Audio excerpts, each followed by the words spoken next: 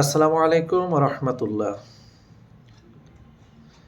দুনিয়া খুবই ছোট আর আখেরাত অনন্ত অসীম।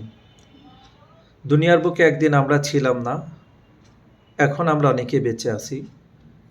যে কোনো সময় আমি আপনি দুনিয়ার বুক থেকে চলে যাব। এই চলে যাওয়াটাই হচ্ছে আমার পরকালের জীবন। আল্লাহ তাআলার আদেশ হচ্ছে যে দুনিয়া এবং পরকাল অর্থাৎ আখেরাতের জীবনে সুখ এবং শান্তি যদি পেতে চাই তাহলে তার হুকুমের উপরে আমাদেরকে চলতে হবে এবং নবীজির আদর্শকে আমাদের ধারণ করতে হবে এবং পালন করতে হবে। ইখতিলাফ অর্থাৎ বহু মতবাদ থাকতেই পারে। মানুষ যারা দিনদার তারা চেষ্টা করে যে কিভাবে আল্লাহ এবং তার রাসূলের পথে থেকে আমি আমার ইহকালীন এবং পরকালীন জীবনে সুখ শান্তি পেতে পারি। আমি মাজার সম্পর্কে কথা বলবো। অনেক ভাইয়েরা আছেন যে মাজার, উনি মনে করতেছেন যে আমি মাজারের ভক্ত হলে, মাজারের পীর সাহেবকে আমি কিছু দান করলেই বা সেখানকার যে কিছু নিয়ম আছে এটা পালন করলেই আমার আখেরাত বা দুনিয়া দুটোই আমার সফলকাম হবে। কিভাবে হবে এটা আমার এখন দেখুন, আমি কতগুলো আলোচনা করি, এটার দ্বারা আপনারাই বলেন যে এটা আসলে সম্ভব কিনা। আমরা মাজারে সাধারণত কি দেখতে পাই? মাজার কখনো কি কোনো নামাজের গুরুত্ব ব্যাপারে আলোচনা করে? কখনো করে? বা অথবা মাজারে, আমাদের আশপাশে তো অনেকগুলো মাজার আছে, আমরা দেখি নাই যে যখন ওরস হয়, সাধারণত আমি ওরসকে চিন্তা করি বলেন, কতজন নামাজ পড়ে বলেন? বা মাজারে যারা দায়িত্ববান থাকেন বা যারা আশিকান বা ভক্ত বলেন, বুকে হাত দিয়ে বলতে পারবেন আপনারা নামাজ পড়েন এবং মানুষকে নামাজের দাওয়াত দেন? অথচ নামাজ তো ফরজ। কেমন ফরজ? বলে মাছের বেঁচে থাকার জন্য যেমন পানির দরকার আছে, মানুষের বেঁচে থাকার জন্য যেমন অক্সিজেন দরকার আছে, সেই রকমভাবে মানুষকে বেঁচে থাকতে হলে আল্লাহ তাআলার হুকুম মানতে হবে। আর আল্লাহ তাআলার হুকুমের প্রধান একটা শর্ত হচ্ছে যে মানুষকে নামাজ পড়তে হবে, 5 ওয়াক্ত নামাজ পড়তে হবে। এটা মাজার কখনো বলে না, তাদের নাকি নামাজ পড়া লাগে না। তাহলে আপনার কাছে আমার প্রশ্ন, আপনি কিভাবে পরকালকে সুখময় করবেন? আল্লাহ তাআলার কাছে আপনি পুরস্কার পাবেন। 2, দেখুন, মাজারে বাদ্যযন্ত্র ব্যবহার হয়, এটা ইসলামে হারাম। অথচ আপনারা বাদ্যযন্ত্র নিয়ে নারী পুরুষ একত্রিত হয়ে বিভিন্ন ধরনের গান বাজনা করতেছেন। সেটার হয়তো অনেক নাম দিছেন, নাম যেটাই দেন, যেখানে যেটা হারাম হারাম, ব্যাস শেষ। কিন্তু আপনারা এটা পালন করতেছেন। নারীদের পর্দা করা ফরজ ইসলামী শরীয়তে, আল্লাহ তাআলার হুকুম। মাজারে যেসব মহিলারা যাচ্ছে বা আশিকান মহিলারা যারা যান, তারা কি পর্দা করেন? কখনোই করেন না। তাহলে আপনারা কিভাবে জান্নাত পাইতে চান, পরকালে শান্তি পাইতে চান? আর কেনই বা এই যে এখানে আপনাদের দেখে অনেক লোক ভক্ত হচ্ছে, যাবে, কেন তাদেরকে এই ভুল পথে পা বাড়াচ্ছেন?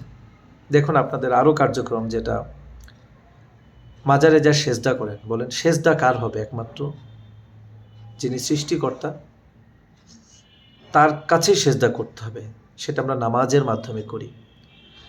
তো দুনিয়াতে যদি কাউকে সেজদা করার দরকার হতো তাহলে তো আল্লাহ রসুলকেই করা যেতেন। কিন্তু মক্কা মদিনায় বা মদিনায় আল্লাহ রসুল যে শুয়ে আছেন, সেখানে কি কোনো সেজদা করার সুযোগ আছে? বা সেজদা করা যাবে? হুজুররা, উলামায়ে কেরামরা কি কখনো বলে? আপনারা এই কাজটা করতেছেন। দেখুন, এই মাজারে ওরসের নামে শুধুতে গান বাজনা হয় তা না, যে পরিমাণ নেশার ছড়াছড়ি, নেশার বিক্রি, নেশার পান করা হয় অবাধে, কখনো কি এগুলো বন্ধ করছেন? বলেন। বরঞ্চ ওরস শরীফ উপলক্ষে যেন নেশা একটা আয়োজন হচ্ছে, এটাই কিন্তু বাস্তবতা। আপনারা এই ব্যাপারে কোনো অগ্রণী ভূমিকা পালন করেন না, যে না এটা ঠিক না, এটা করা যাবে না, বা এটার ব্যাপারে কঠোরতা হন না, বা এটা যদি কেউ একজন ব্যক্তিও করে তাহলে এই মাজার বা ওরস এগুলো হবে না, এখানে করা যাবে না, ওরসই আমরা বন্ধ করে দেব। কখনো এরকম সিদ্ধান্ত নিয়েছেন? নেন নাই। দেখুন, অনেক সাধারণ মানুষ আছে মানত করে, ইমানটা দেখেন কোথায় নষ্ট করতেছেন আপনারা। সে চিন্তা করতেছে যে বাবার দরবারে আমি একটা গরু দান করলে, একটা ছাগল দান করলে, বা টাকা দান করলে আমার এটা হয়ে যাবে। এই যে নিয়ত, আসলে সব কিছু করার মালিক কে? আল্লাহ তাআলা। তা আপনি তাদেরকে কি শেখাচ্ছেন? যে না, আল্লাহ তাআলা না, এই পীর সাহেবের মাজারে এই আমাদের কাছে তোমার হাদিয়া দিবা, তুমি যা চিন্তা করবা সেটা তোমার কবুল হয়ে যাবে, সেটা তোমার পাস। আদৌ কি সম্ভব এটা? এটা কি হয়? এই যে মানুষের সফট চিন্তা ভাবনাটাকে আপনারা যে সুকৌশলে ব্যবসা হিসাবে কাজে লাগাচ্ছেন, এটা কতটা যৌক্তিক বলেন? আপনারা যারা মাজারের বিশেষ বিশেষ পয়দা, বিশেষ বিশেষ ব্যক্তি, আপনাদের অধিকাংশ জামা কাপড় ঠিক মতন পরেন না, একটা লিংটি পরে থাকেন, গায়ের পর একটা লাল বা হলুদ, আপনাদের আবার রকম আছে, অনেক রকমের আছে, গায়ের পর দিয়ে রাখেন। কিন্তু আপনি জানেন না দায়মি সুন্নত, দায়মি ফরজ আছে যে নাভির উপর থেকে হাঁটুর নিচ পর্যন্ত কাপড় পরা, খালি গায়ে না থাকা। আপনারা এগুলো করেন। আপনার যে কাপড় ফাঁক হয়ে যে আপনার যে দুনিয়া আখেরাত সব যে বাইরে হয়ে যাচ্ছে, আপনারা জানেন না?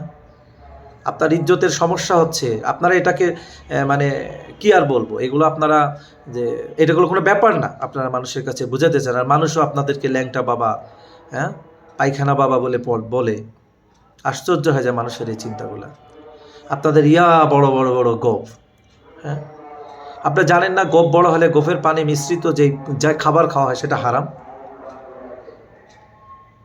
চুল ছোট করতে বলা হয়েছে, আপনারা করেন কি মেয়ে মানুষের মতন ঝুঁটি বাঁধেন, বল করে বাঁধেন। হাতে পায়ে চুরি কারা পড়বে? এটা মেয়েদের জন্য। আপনারা পড়েন, বড় বড় বালা পড়েন, গাঁজা সেবও করেন, আরও কত কিছু করেন, নারী পুরুষ মিলে কত কিছু করেন। বলেন এই সমস্ত কিছু তো মানে ইসলামের নিয়মের বাইরে, কেন করেন এগুলা?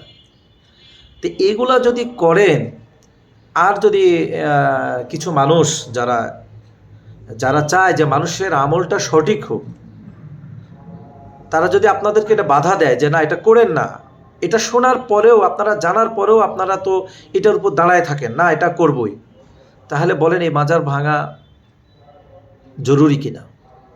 যেখান থেকে মানুষের ইমানকে নষ্ট করা হচ্ছে, সৃষ্টিকর্তা থেকে ব্যক্তির উপরে তার সৃষ্টির মহত্ব তৈরি করা হচ্ছে, সেই জায়গাগুলো কিভাবে টিকে থাকে বলেন?